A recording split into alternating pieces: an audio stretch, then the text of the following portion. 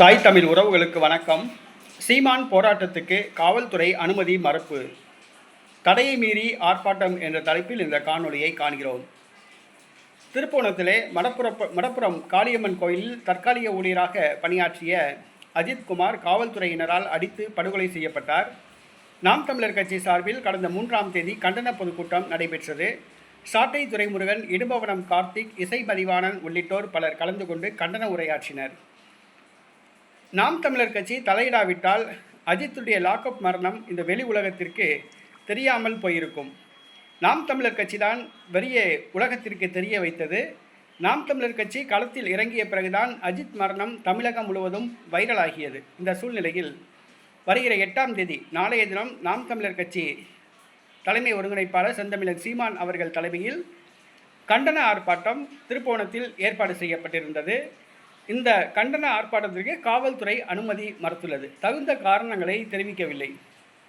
ஆனால் திட்டமிட்டபடி கண்டன ஆர்ப்பாட்டம் நடைபெறும்.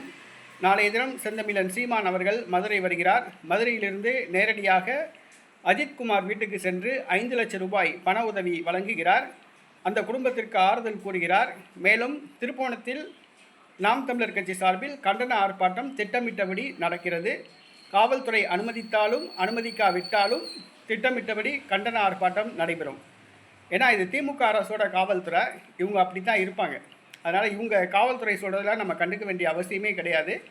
நாம் தமிழர் கட்சி தொண்டர்கள் தமிழகம் முழுவதும் திரளாக வந்து கலந்து கொள்ளும்படி அன்புடன் அழைக்கின்றோம். தமிழகமே மிரளும் அளவுக்கு இந்த கண்டன ஆர்ப்பாட்டம் நடைபெறணும். இனிமே ஒரு லாக்அப் டெத்து கூட நடக்கக்கூடாது. அந்த அளவுக்கு இந்த ஆர்ப்பாட்டம் மிகப்பெரிய ஒரு கண்டன ஆர்ப்பாட்டமாக இருக்கும். நாம் தமிழர் கட்சி தொண்டர்கள் திரளாக வந்து கலந்து கொள்ள வேண்டும். சென்னை அண்ணா பல்கலைக்கழகத்தில் பாலியல் மாணவி அந்த சீண்டலுக்கு உள்ளான அந்த வழக்கில் கைது செய்யப்பட்ட ஞானசேகரனை காவல்துறையில் வச்சு அடித்து நொறுக்கியிருக்கணும்.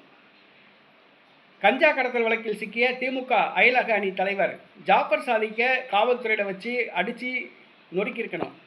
கஞ்சா கடத்தல் வழக்கில் சிக்கிய விடுதலை சிறுத்தை கட்சி சென்னை மண்டல துணை அமைப்பாளர் சலீம், அவனை தூக்கி உள்ளே வச்சு அடிச்சிருக்கணும்.